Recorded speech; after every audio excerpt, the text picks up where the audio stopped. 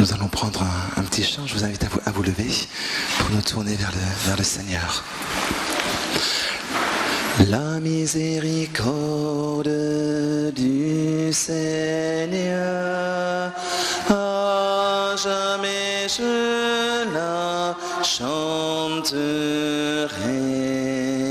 La miséricorde du Seigneur,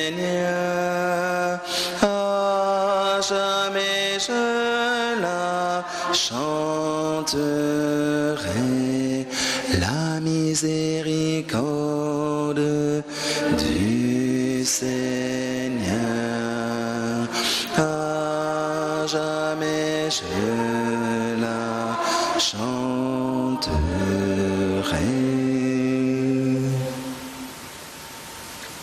Notre Père, qui es aux cieux, que ton nom soit sanctifié, que ton règne vienne, que ta volonté soit faite sur la terre comme au ciel. Donne-nous aujourd'hui notre pain de ce jour. Pardonne-nous nos offenses, comme nous pardonnons aussi à ceux qui nous ont offensés. Et ne nous soumets pas à la tentation, mais délivre-nous du mal. Jésus, j'ai confiance en toi. Jésus, j'ai confiance en toi. Jésus, j'ai confiance en toi. Sainte Faustine, bienheureux Jean-Paul II, bienheureux Jean 23.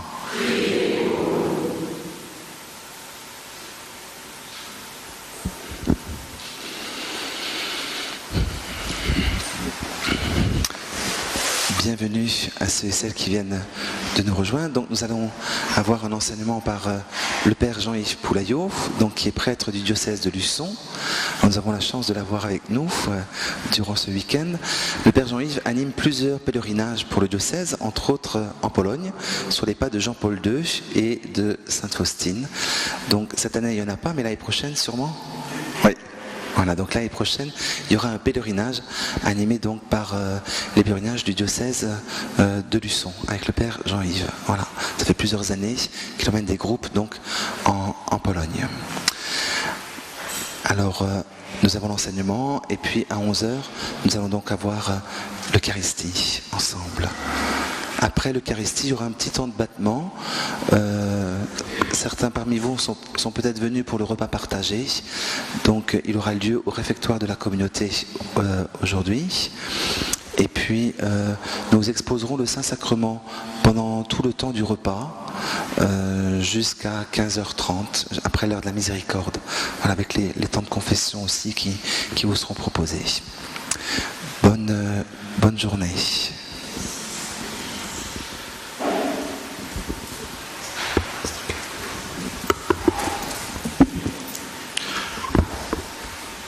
Bonjour à vous.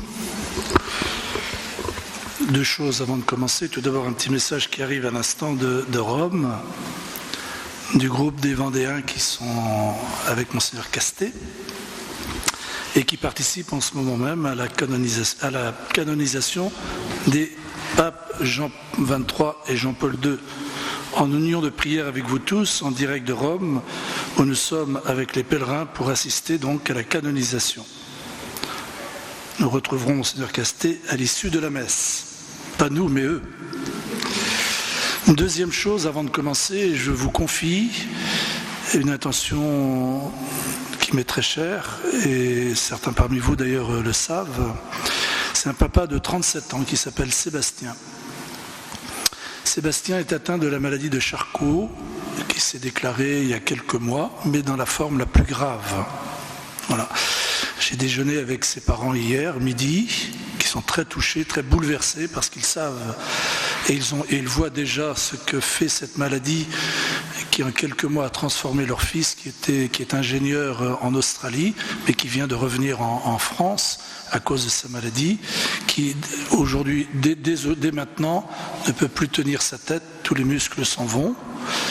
Il arrive encore à taper sur l'ordinateur, mais il faut qu'il y ait un système qui qui lui bouge les bras parce qu'il ne peut pas le faire par lui-même. Enfin, vous voyez un petit peu ce que peut faire la maladie dans le corps d'un jeune père de famille. 2 enfants, un 3e à naître au mois de juillet. Bon, c'est une maladie incurable aujourd'hui. Voilà, j'ai dit à ses parents hier qu'il n'y avait qu'un seul qui pouvait faire quelque chose encore, c'est Jean-Paul II. Voilà, donc je vous suggère que nous commencions par confier par l'intercession de Jean-Paul II, ce jeune papa, ses enfants, 6 ans et 4 ans je crois, et puis le petit la petite qui est à naître au mois de juillet, et puis les parents de Sébastien et tous ceux qui les connaissent. Je vous salue Marie, pleine de grâce, le Seigneur est avec vous. Vous êtes bénie entre toutes les femmes, et Jésus, le fruit de vos entrailles, est béni. Sainte Marie, Mère de Dieu, priez pour nous pauvres pécheurs, maintenant et à l'heure de notre mort. Amen. Merci pour votre prière. On a jusqu'à quelle heure ? Oui, il faut, parce que maman ne fait que arrêter, donc c'est pour ça que je regarde 9h52. Un petit quart d'heure. Okay. Voilà. Alors, je l'ai dit hier, mais je le redis aujourd'hui, je suis très heureux d'être ici, même si normalement j'aurais dû être à Rome. Mais je rends grâce à Dieu de vivre autrement cette double canonisation. D'une part, parce que j'ai eu la joie de participer à la béatification il y a 2 ans du pape Jean-Paul II à Rome, et dans des conditions un peu exceptionnelles, puisque je me suis organisé au dernier moment et que j'ai pu avoir un avion dans de bonnes conditions, et étant tout seul, j'ai pu me retrouver au pied du podium pour la béatification, donc c'était un moment exceptionnel. Et de plus en plus, en approchant de ce week-end, parce que ça m'embêtait un petit peu, mais j'avais pris cet engagement il y a 1 an, donc je me suis dit, il faut le tenir, cet engagement. En plus, j'ai un début de lumbago qui traîne depuis une dizaine de jours, mais qui n'en finit pas de se stabiliser. C'est très bien, c'est peut-être bien grâce à Jean-Paul II.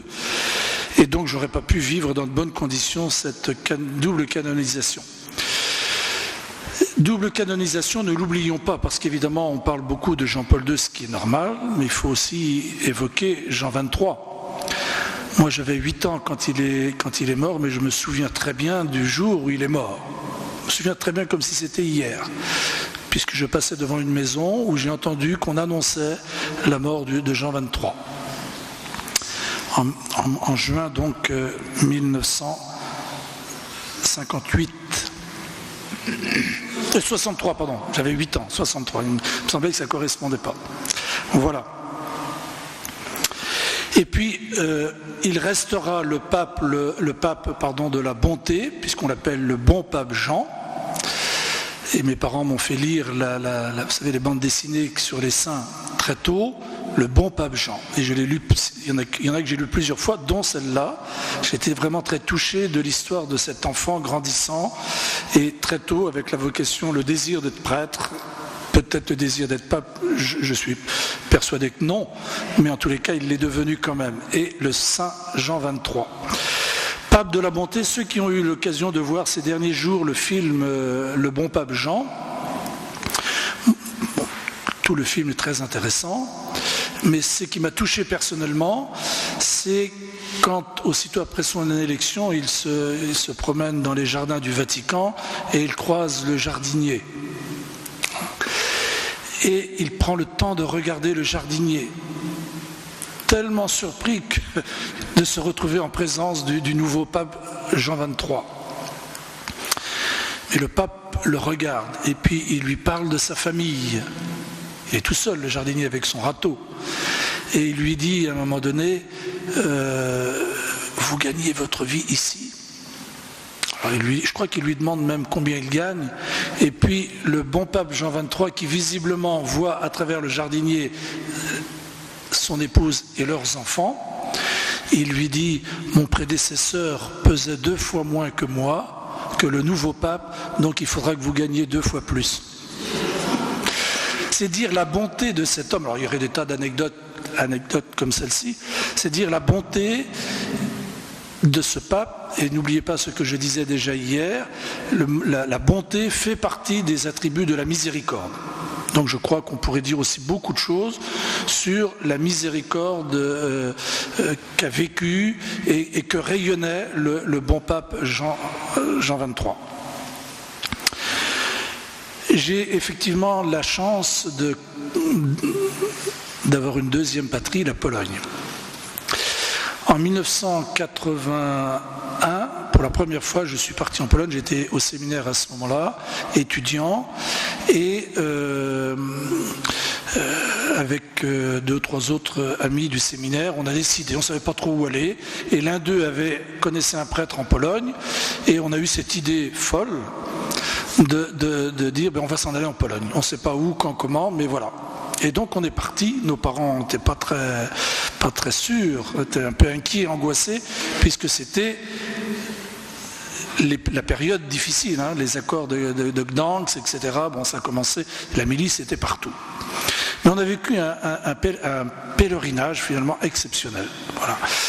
Et moi j'ai retrouvé, c'est peut-être une des choses qui m'a accroché. Est-ce que vous entendez bien ? Oui.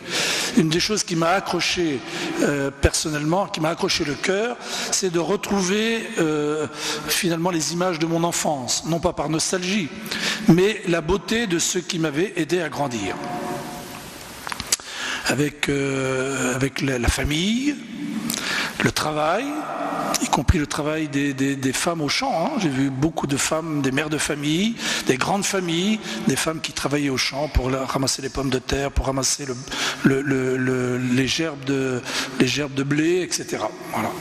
Et puis les maisons, dans la pauvreté telle que moi-même je l'ai vécue à la maison. Hein. Ou le dimanche matin, on est 5 garçons, hein, on passait tous les 5 dans la même bassine pour prendre la douche, enfin ce qu'on pourrait appeler la douche, voilà, la même bassine et la même eau pour tout le monde, hein. Voilà. Eh bien eux, 40 ans après, ils étaient encore dans ces conditions-là. On a rencontré des Polonais qui, en voyant l'immatriculation de la voiture, sont venus parler avec nous, qui nous ont accueillis chez eux, et on est devenus vraiment amis.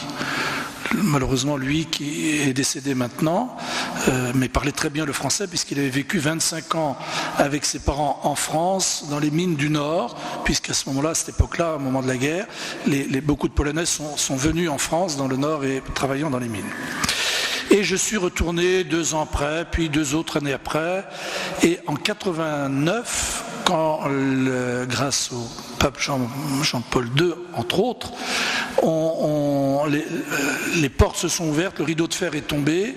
Je me suis dit, à ce moment-là, c'est maintenant qu'il faut emmener des jeunes pour qu'ils puissent voir à la fois ce qu'est devenu ce pays après 40 ans de communisme et ce qu'il est encore aujourd'hui au niveau de sa foi, avec les églises qui étaient trop petites pour accueillir les gens.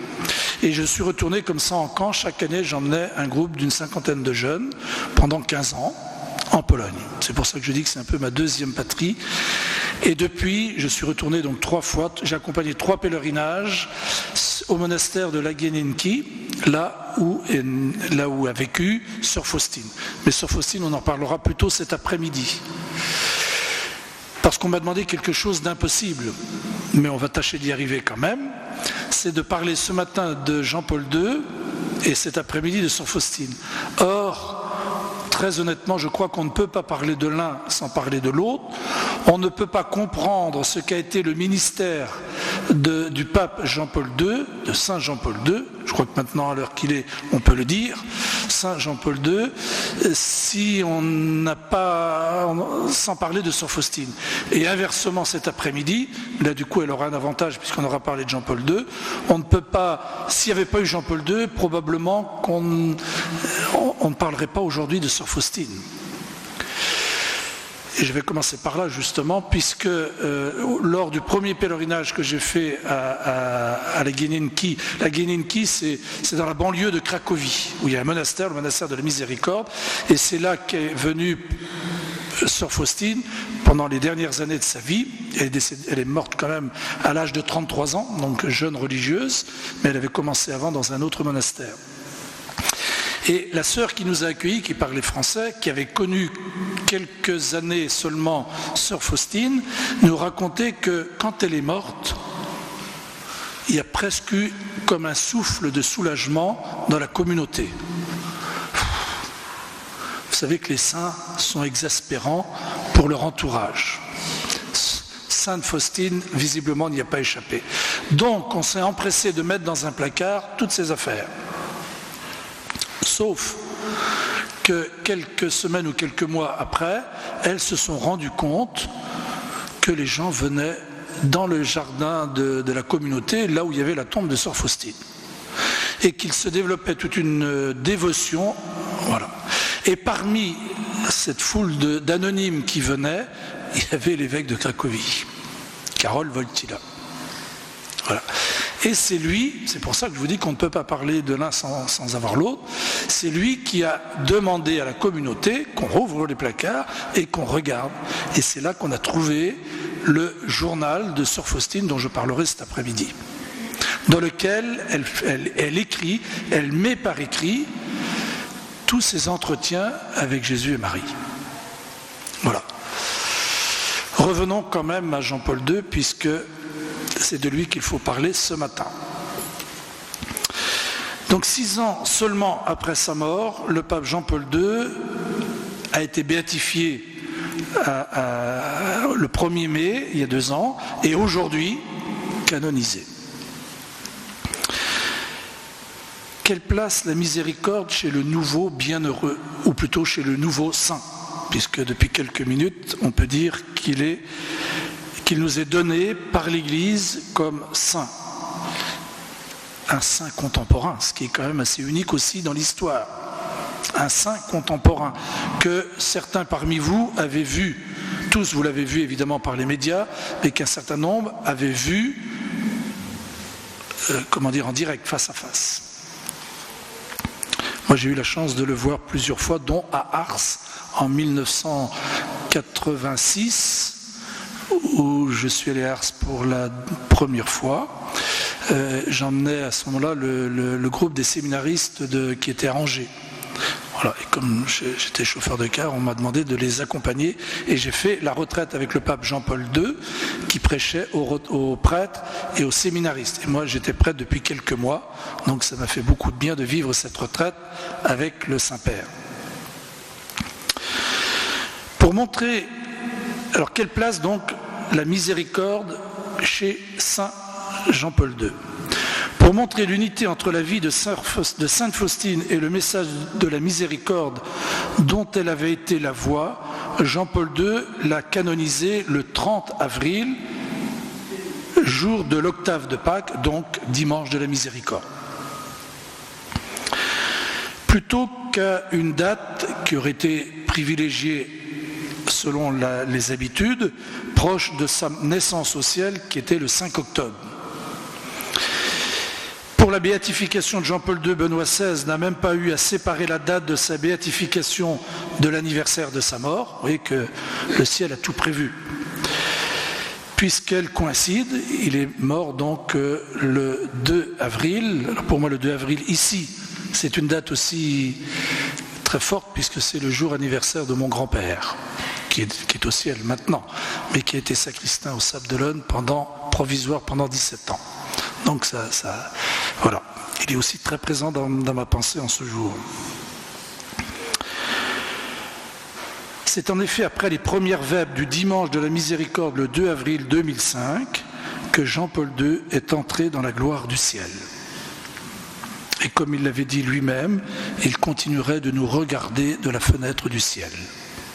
Et je crois qu'on en a tous un peu fait cette expérience depuis sa naissance au ciel. En rappelant Jean-Paul II à lui en ce jour consacré à la miséricorde, la providence du ciel a scellé, a signé dans le marbre l'histoire de ce pape au message de la miséricorde. C'est vraiment un apôtre de la miséricorde.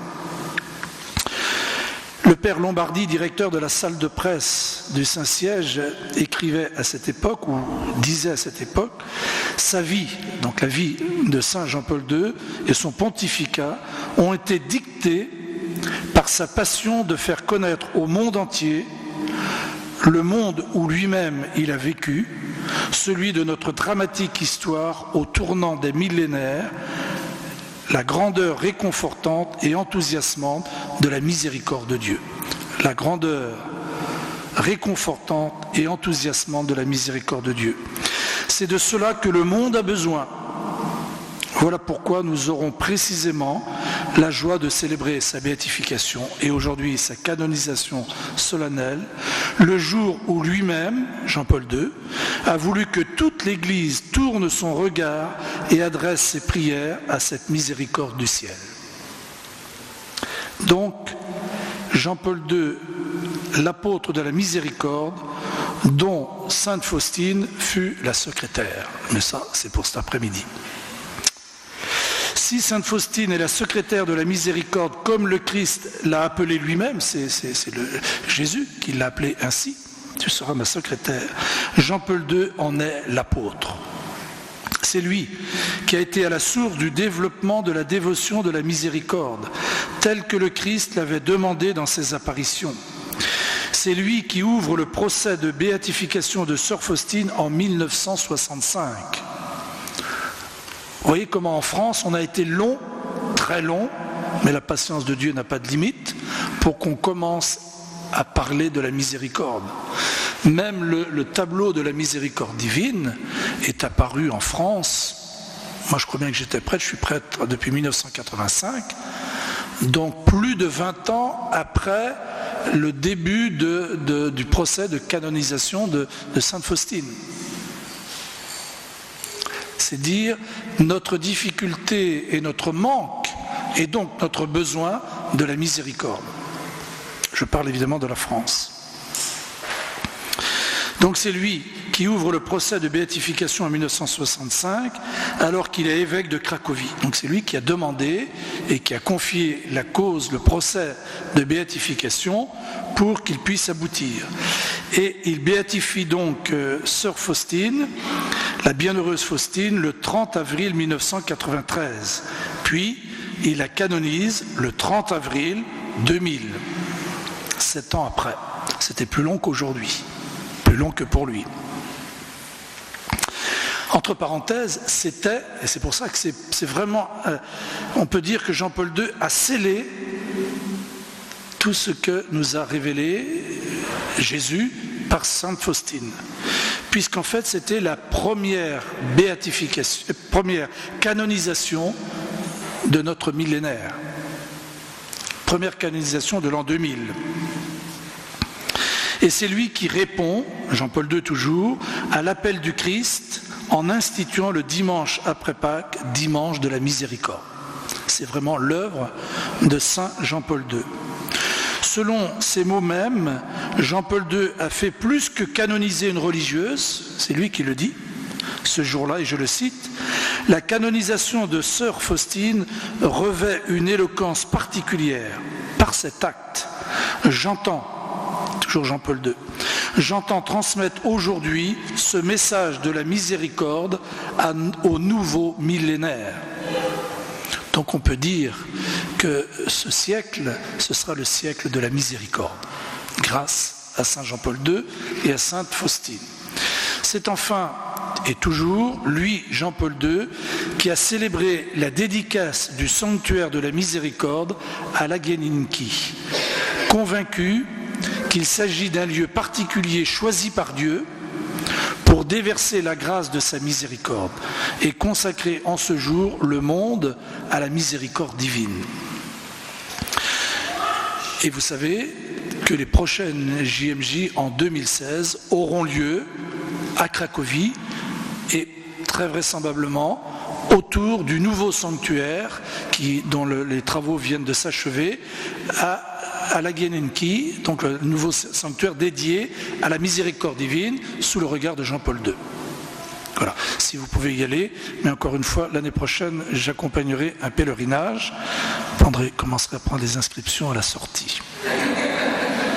Mais vraiment, si vous pouvez le faire, on se bat d'ailleurs avec le directeur, c'est une petite parenthèse, avec le directeur des pèlerinages pour faire en sorte que ce pèlerinage soit le moins cher possible. C'est toujours un coût. On ne peut y aller qu'en avion pour pouvoir permettre au plus grand nombre d'y participer. Et donc on a quelques liens qui nous permettraient d'avoir des prix plus intéressants. C'est une parenthèse.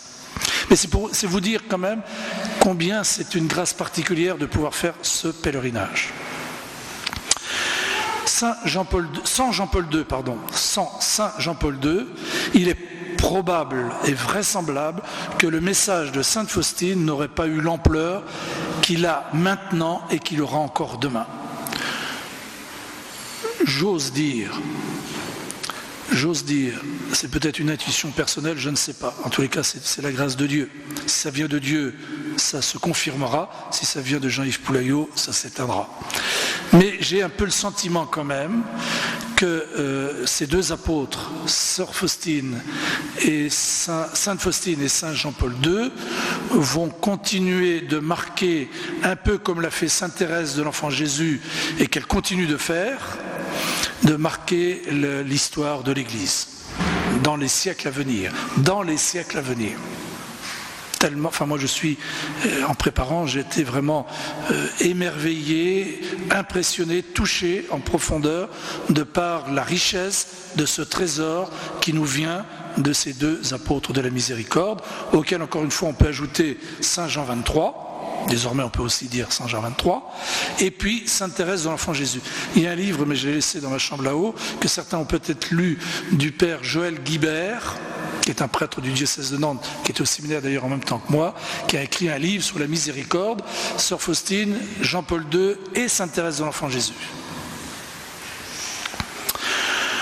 L'expérience personnelle de la miséricorde divine. L'enseignement de Jean-Paul II sur la miséricorde a commencé dès son accession au siège de Pierre, l'enseignement. Mais l'expérience avait commencé bien avant. Alors je reviens à son enseignement. Dès 1980, n'oublions pas qu'il a été élu pape le 16 octobre 1978. Dès 1980, sa deuxième encyclique, Dives in Misericordia, proposait une méditation sur la miséricorde du Père. Première encyclique, Redemptor hominis, le Rédempteur de l'homme, le Christ Rédempteur de l'homme, la divine miséricorde. Ce souci de mettre en lumière cet attribut de Dieu n'a donc pas grandi peu à peu au cours de son pontificat, mais vient d'une certitude qu'il avait acquise avant d'être élu pape, avant son élévation au souverain pontificat. Je cite: « Le message de la divine miséricorde m'a toujours été cher et familier. » C'est Jean-Paul II qui écrit. C'est comme si l'histoire l'avait inscrit dans l'expérience tragique de la Seconde Guerre mondiale. N'oublions pas son origine, la situation de la Pologne. En ces années difficiles, il a été un soutien particulier et une source inépuisable d'espérance, non seulement pour les habitants de Cracovie, mais pour toute la nation. Telle a été aussi mon expérience personnelle que j'ai apportée avec moi sur le siège de Pierre et qui, en un sens, dessine l'image de ce pontificat. La clé du pontificat de Jean-Paul II, c'est la miséricorde divine. La clé de la vie, de la vocation de prêtre, d'évêque et de pape de Jean-Paul II, c'est la miséricorde divine. La vie de Karol Wojtyła a été marquée par le mystère de la souffrance et du mal. Si vous avez eu la chance de voir le film en deux DVD, parce que je crois qu'il y en a un autre, mais je ne l'ai pas vu, donc je ne peux pas en parler, mais celui qui retrace et qui insiste beaucoup sur la guerre et le contexte de la guerre qu'a vécu le jeune Jean-Paul II, puis ensuite le deuxième DVD, c'est plutôt sur le pontificat, on voit bien comment cet homme a été forgé aux entrailles par la souffrance et le mystère de la souffrance. Il était interrogé par des jeunes de son âge, de sa génération, sur le pourquoi. Pourquoi le mépris de l'homme à ce point-là? Pourquoi cette tragédie? Il a connu 3 ans, marqués donc par la souffrance et le mal, alors qu'il n'avait que 9 ans. Il perd sa mère. Certains d'entre vous le savent aussi ce que ça veut dire. Ensuite, il connaît 2 systèmes profondément pervers et destructeurs pour l'homme. Il en a parlé souvent durant son pontificat, le nazisme et le communisme. 2 systèmes pervers qui ont fait tant de morts, l'un et l'autre, l'un comme l'autre. Il est bon de se le dire parce qu'en France, on a tendance à insister sur ce qu'a produit tragiquement le nazisme en oubliant ce qu'a produit tragiquement le communisme, qui est tout aussi grave, même si on veut le nier. Jean-Paul II en a tiré la conviction que le monde contemporain est marqué par le mal comme il ne l'avait jamais été auparavant. Je répète, parce que ça fait vraiment partie des convictions de Karol Wojtyła, que le monde contemporain aujourd'hui est marqué par le mal comme il ne l'avait jamais été auparavant. C'est quand même proche de nous, hein. C'est en effet, je cite Jean-Paul II, entre la Première et la Seconde Guerre mondiale que le Christ, lui, à Sainte Faustine, a confié son message de miséricorde. C'est un signe fort du ciel entre la Première et la Seconde Guerre mondiale. Ceux qui se souviennent et qui furent témoins et qui prirent part aux événements de ces années et des atroces souffrances qui en découlèrent pour des millions d'hommes et de femmes savent bien combien le message de la miséricorde était devenu nécessaire en raison de ces événements-là. Devant ce déferlement du mal, Karol Wojtyła a été amené à méditer sur le plan de Dieu vis-à-vis du mal, sur la réponse de Dieu à la question du mal. Pourquoi ? Nous l'entendons souvent, il nous arrive peut-être de le dire, si Dieu existe, pourquoi ? Il laisse faire ce mal. Pourquoi le mal alors qu'on prêche un Dieu d'amour et de miséricorde ? Voilà, Jean-Paul II a longuement médité sur le plan de Dieu vis-à-vis du mal, pourquoi il laisse faire le mal, pourquoi dans son plan de Père de la création, voilà, Dieu d'amour et de miséricorde, il y a le mal. Puis ensuite, la réponse de Dieu à cette question du mal. Il est incontestable que c'est dans cette époque de sa vie que s'est entré son attachement à la miséricorde. Et je le cite, « L'héritage de Sœur Faustine, de Sainte Faustine, sa spiritualité eut, nous le savons par l'expérience, une grande importance pour la résistance contre le mal qui agissait dans le système inhumain d'alors. L'héritage de Sainte Faustine, sa spiritualité, a une grande importance pour résister contre le mal qui agit dans les systèmes inhumains.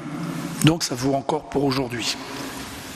Jean-Paul II a donc d'abord vécu de la miséricorde avant de la prêcher.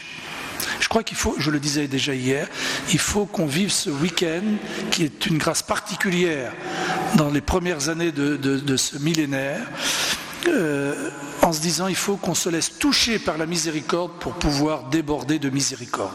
Ouvrir notre cœur au cœur de Dieu qui déborde de miséricorde pour nous, pour que nous-mêmes nous puissions déborder de miséricorde pour les autres. Avant son élection d'abord, je cite, « Combien de fois, dit Jean-Paul II, moi aussi, en tant qu'ouvrier et étudiant, puis en tant que prêtre et évêque, des périodes difficiles de l'histoire de la Pologne, ai-je répété cette simple invocation, « Jésus, j'ai confiance en toi ».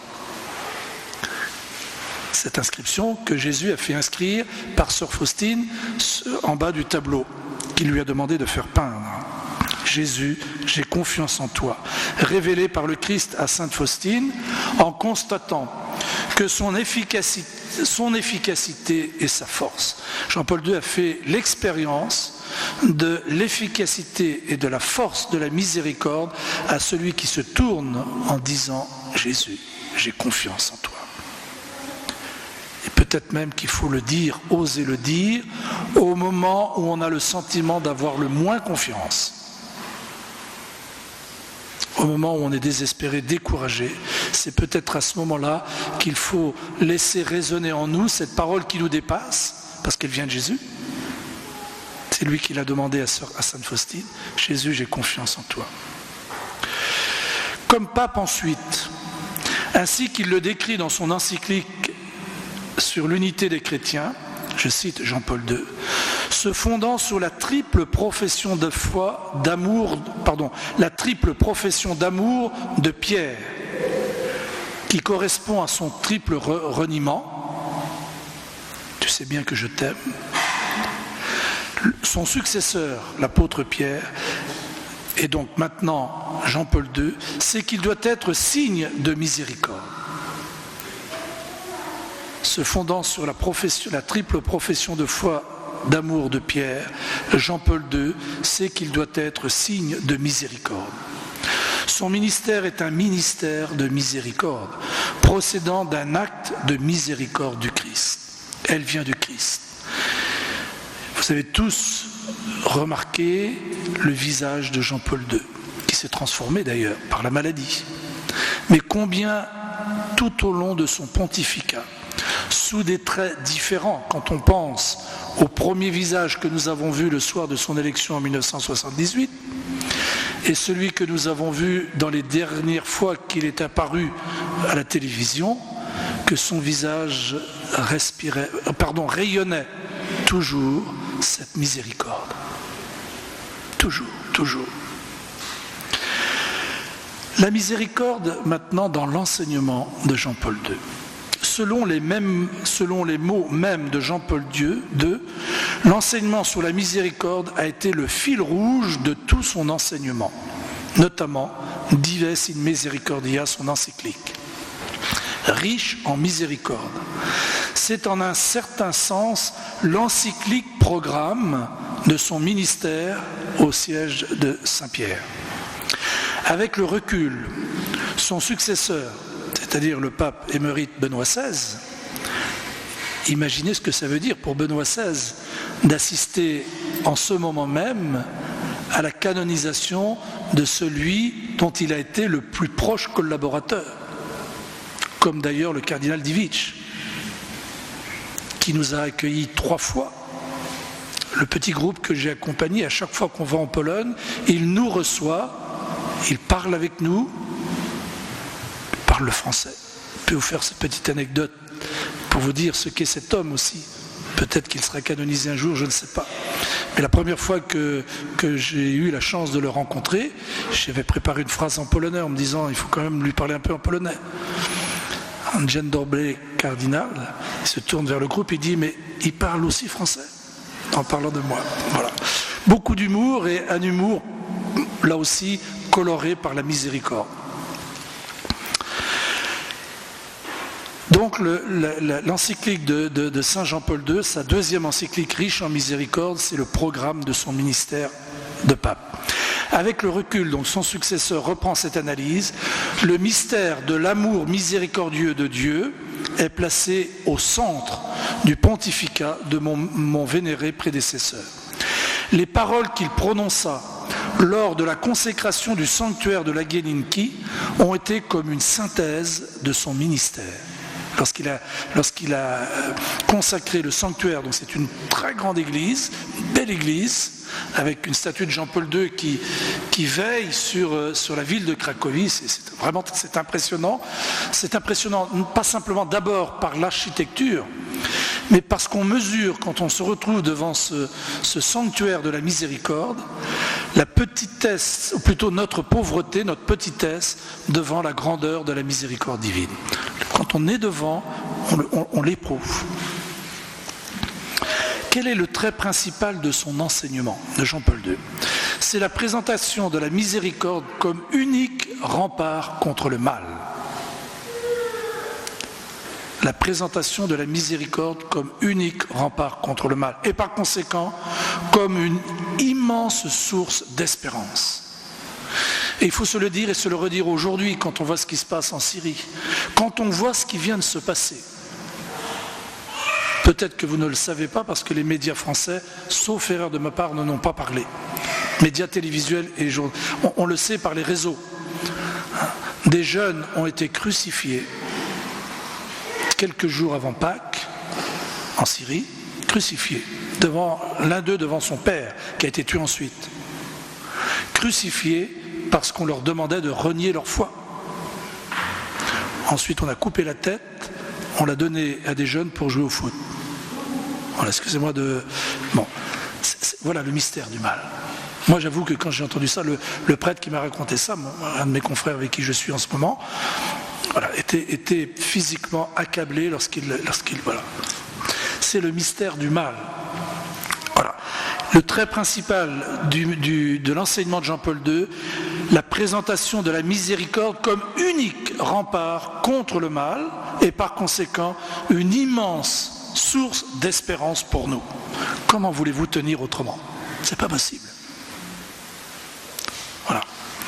Jean-Paul II enseigne et proclame à un monde qui n'a plus recours à Dieu et donc qui ne veut pas de miséricorde, à un monde qui veut trouver tout seul des solutions au mal, à un monde dans lequel le mot et l'idée de miséricorde semblent mettre mal à l'aise l'homme qui, grâce à un développement scientifique et technique inconnu jusqu'ici, est devenu maître de la terre qu'il a soumise et dominée. Je répète la phrase parce qu'elle est un peu longue. Jean-Paul II enseigne et proclame à un monde qui n'a plus recours à Dieu et donc qui ne veut pas de miséricorde, à un monde qui veut trouver tout seul des solutions au mal, à un monde dans lequel le mot et l'idée de miséricorde semblent mettre mal à l'aise l'homme qui, grâce à un développement scientifique et technique inconnu, est devenu maître de la terre, ou croit être devenu maître de la terre qu'il a soumise et dominée. Le constat est là, dit Jean-Paul II. Même avec la volonté de réduire les inégalités, de limiter la souffrance, de respecter les droits de chaque homme, le mal ne diminue pas, mais augmente. Et on le voit. Les menaces graves pour l'humanité se développent. Et on le voit aujourd'hui. Jean-Paul II est véritablement un prophète. L'homme n'a pas la capacité de réduire le mal, et il faut le dire. Quand des gens sont écrasés par le mal, il faut les écouter. Il faut compatir à leur souffrance, à ce qu'ils vivent, à ce qu'ils expérimentent. Mais il faut aussi oser dire que seule la miséricorde est le rempart contre le mal. Que seule la miséricorde nous ouvre à l'espérance. Cela n'appartient qu'à Dieu et plus précisément qu'à la miséricorde divine. À Dieu seul et la miséricorde divine. Mais le message du pape ne s'arrête pas là. La miséricorde n'est pas qu'un rempart contre le mal, elle est une force de reconstruction. Ce n'est pas simplement pour se protéger du mal ou pour trouver une réponse, ça l'est, puisque c'est le seul rempart contre le mal. Mais c'est aussi une force pour se reconstruire quand on a été touché par le mal. Comment une mère ou un père peuvent pardonner, faire miséricorde à ceux qui ont massacré leur enfant, et on a été témoin il y a encore quelques années, si eux-mêmes ne sont pas touchés par la miséricorde de Dieu, si leur cœur n'est pas ouvert à la miséricorde de Dieu. C'est pas possible. Il y a des pardons qu'on ne peut pas vivre, qu'on ne peut pas donner si on ne demande pas à Dieu de le faire. Non pas pour se décharger, parce que lui seul peut le faire. C'est une force de reconstruction. Je cite, « La miséricorde se manifeste dans son aspect propre et véritable quand elle revalorise, quand elle promeut, quand elle tire le bien de toutes les formes de mal qui existent dans le monde et dans l'homme. Le tableau que Jésus a demandé à Sainte Faustine de peindre l'indique bien. Certes, c'est bien de son cœur transpercé que jaillissent le rayon rouge qui donne la vie et le pâle qui purifie. » Vous connaissez le tableau de Sainte Faustine. Je crois vraiment que, d'ailleurs, Jésus l'a demandé à Sainte Faustine, que ce tableau soit peint et soit divulgué dans sa communauté, dans son pays, dans sa nation et dans le monde entier. Donc si vous avez des cadeaux à faire, faites ce cadeau, évidemment en ouvrant aussi au message de la miséricorde. C'est du cœur transpercé de Jésus que jaillissent le rayon rouge qui donne la vie et le pâle qui purifie. Et bien sûr, dans le prolongement du coup de lance sur la croix, lorsqu'il sort du côté ouvert de Jésus, l'eau et le sang, source des sacrements. C'est Jésus ressuscité, vainqueur de la mort, qui est apparu à Sainte Faustine. C'est sur cette contemplation du Christ miséricordieux et vainqueur du mal que l'espérance chrétienne s'appuie. La contemplation du Christ miséricordieux et vainqueur du mal que l'espérance chrétienne s'appuie. D'où l'invitation que je donnais, je le dis pour ceux qui n'étaient pas hier, à contempler, à regarder le vitrail qui est ici, que je trouve magnifique. Magnifique de par ce qu'il représente, magnifique de par ses couleurs et magnifique de par sa fabrication, où on a l'impression de multiples petits morceaux de verre de couleurs différentes qui, moi, me disent les multiples morceaux de miséricorde qui sont donnés à chacun. Contempler l'attitude de Jésus qui ne veut pas laisser Marie seule, qui lui donne un fils, au moment même où lui, Jésus, va donner son dernier soupir. Bien sûr, il reste le fils de Marie. Mais à Jean, le disciple qu'il aimait, il nous confie tous. Par l'intermédiaire de Jean. Il confie à Marie tous les enfants que nous sommes. Et puis à Jean, et par lui, nous sommes tous enfants de Marie, mère de miséricorde. C'est sur cette contemplation donc du Christ miséricordieux et vainqueur du mal que l'expérience chrétienne s'appuie et non sur des forces humaines. Je cite encore Jean-Paul II. À l'humanité qui parfois semble perdue et dominée par le pouvoir du mal, de l'égoïsme, de la peur, le Seigneur ressuscité offre le don de son amour qui pardonne, réconcilie et rouvre l'âme à l'espérance. C'est un amour qui convertit les cœurs et qui donne la paix. Combien le monde a besoin de comprendre et d'accueillir la miséricorde divine. J'avoue que, en préparant, j'ai entendu d'une manière nouvelle cette phrase que nous connaissons tous, qui a résonné pour la première fois que le pape Jean-Paul II, le nouveau pape Jean-Paul II, a lancé au monde dès le début de son pontificat, soit le soir même ou à la messe d'intronisation. N'ayez pas peur d'ouvrir les portes de votre cœur au Christ. N'ayez pas peur d'ouvrir votre cœur à la miséricorde divine. Voilà, je l'ai entendu de cette manière-là. Je ne sais pas si le pape avait déjà dans son cœur, mais on voit bien qu'il l'avait déjà dans sa vie, puisque c'est la clé de la vie et du ministère de Jean-Paul II, la miséricorde divine. N'ayez pas peur d'ouvrir votre cœur à la miséricorde divine. Oui, Jean-Paul II a été l'apôtre de la miséricorde, convaincu de l'importance de la miséricorde, non seulement pour l'Église, mais pour le monde. Il ne faut pas qu'on n'en parle qu'entre nous, de la miséricorde de Dieu. Il faut qu'on la reçoive personnellement et en Église, qu'on ouvre notre cœur personnellement et ensemble à la miséricorde de Dieu qui déborde de miséricorde, pour que nous-mêmes nous puissions déborder de miséricorde dans nos lieux de vie, dans nos lieux de famille, dans les familles bien sûr, et dans tous les lieux où il nous est donné d'être et d'exister. Convaincu de la miséricorde de Dieu, non seulement pour l'Église, mais pour le monde, il nous a laissé comme héritage la consécration du monde à la miséricorde divine, ultime planche du salut pour le 3e millénaire. Voilà. On a dit longtemps que le 3e millénaire serait spirituel ou il ne serait pas. Je crois qu'on peut dire aujourd'hui, aller plus loin, il sera le millénaire de la miséricorde divine.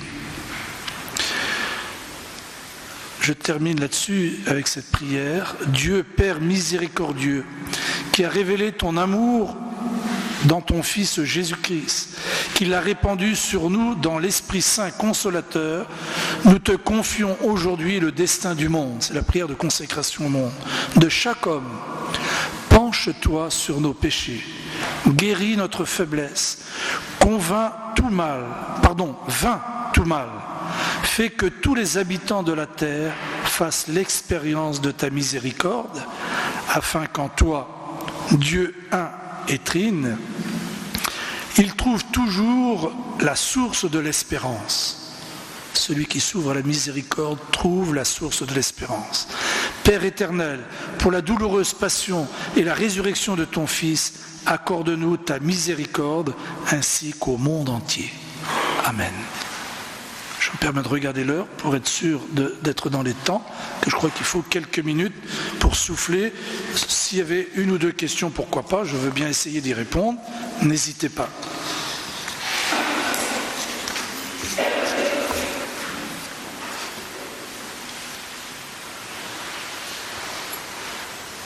Oui. Ah. Je pense que c'est le hasard du ciel. C'est une réponse pas pour botter en touche, mais parce que je n'ai pas la réponse claire. Quelle a été les premières... peut-être que je l'aurai cet après-midi, je ne me souviens plus avoir lu quelque chose là-dessus, si ce n'est qu'il a dû en entendre parler que des personnes, tout ça, parce que je vous ai dit tout à l'heure que les sœurs, dans un premier temps, ont été très discrètes, ont voulu rester très discrètes après la mort de sœur Faustine. Bon, ils avaient bien vu qu'elle était atypique, ils avaient bien vu que... Bon, mais elle avait visiblement dérangé un peu les affaires, comme on dit. Et qu'ensuite, des anonymes venaient se recueillir, donc ils avaient été touchés déjà, sans bien savoir ce qu'il en était, ils avaient été touchés. Vous savez que le Seigneur peut se servir de nous à tout moment pour faire passer des choses qui ne sont pas bien passées auprès de ceux qui auraient dû... Voilà. Et donc je croirais, je pense personnellement, que c'est par ces anonymes-là que le Seigneur a fait connaître à Jean-Paul II cette religieuse. Et que très vite, lui, a été, compte tenu de ce qu'avait déjà été son histoire depuis sa toute jeune enfance, sa maman morte lorsqu'il avait 9 ans, que ça fait, j'allais dire, ça l'a touché en profondeur. Et que... peut-être comme moi d'ailleurs d'une autre manière, lorsque je suis allé pour la première fois en Pologne, j'ai été touché par un certain nombre de choses qui fait que sans avoir fait aucun programme, pour moi la Pologne est devenue quelque chose de, je vous disais même, ma seconde patrie, la patrie du cœur. Voilà. Peut-être qu'on aura des choses, il y a peut-être des choses plus précises, mais moi personnellement, je le vois d'abord à ce niveau-là, c'est que le Seigneur s'est servi des anonymes qui connaissaient ou qui avaient entendu ou qui avaient été touchés sans bien savoir pourquoi et comment, par cette sœur, puisqu'ils venaient se recueillir sur sa tombe et qui en ont parlé au cardinal Wojtyła. Enfin, plutôt, plus exactement, à Monseigneur Wojtyła, puisqu'il était que l'archevêque, c'est après qu'il est devenu cardinal.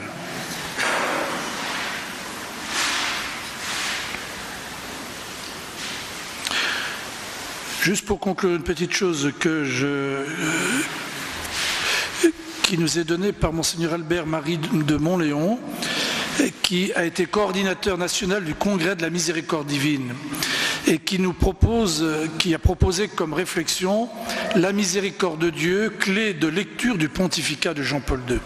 Alors, il parle bien sûr, il parle de Sainte Faustine, mais ensuite, il insiste beaucoup pour dire que Jean-Paul II était bien un homme de miséricorde. Il était lui-même d'abord et avant tout un homme de miséricorde, tout en ne transigeant pas sur la vérité et la justice.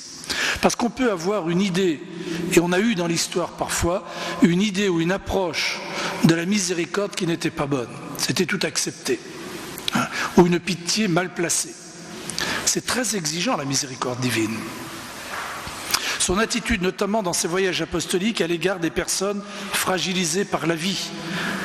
Les enfants, les personnes malades ou handicapées, pauvres, des favelas, ne trompe pas sur sa profonde compassion pour toute souffrance. Quand on voit aussi comment il a été visité, celui qui avait tiré dessus quand même. Un acte de miséricorde qui a touché le monde entier et qui rayonne encore aujourd'hui. Cette miséricorde dont saint Augustin dit qu'elle est une compassion du cœur. Ça vient du cœur, ça ne vient pas d'abord de la tête, la miséricorde. C'est pour ça que tous les enseignements sont importants.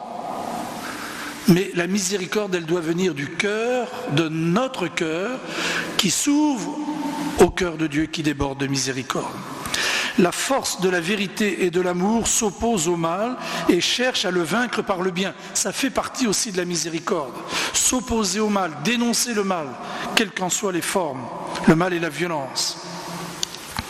La miséricorde n'est en aucun cas un laisser-faire devant l'injustice ou la violence, ou encore moins une vague compassion sentimentale devant la souffrance ou la blessure d'autrui. Ce n'est pas vivre, disait le pape émérite Benoît XVI, je le cite, comme si le bien et le mal étaient égaux. Ce n'est pas vivre comme si le bien et le mal étaient égaux, sous prétexte que Dieu ne peut être que miséricordieux. Et on a eu un peu cette dérive pendant une trentaine d'années après le Concile. Dieu aime tout le monde, Dieu est bon, Dieu est miséricordieux. C'est vrai.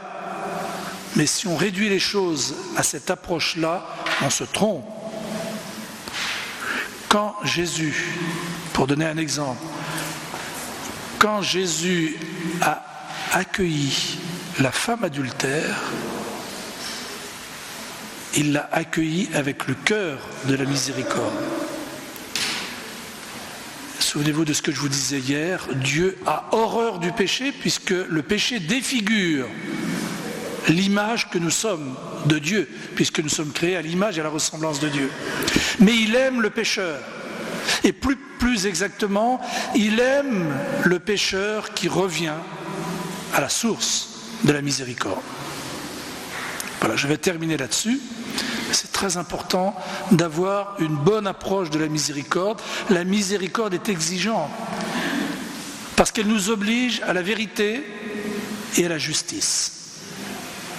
La miséricorde nous oblige à la vérité dans notre propre vie, à la vérité qui conduit à dénoncer le mal et la violence, et à la justice.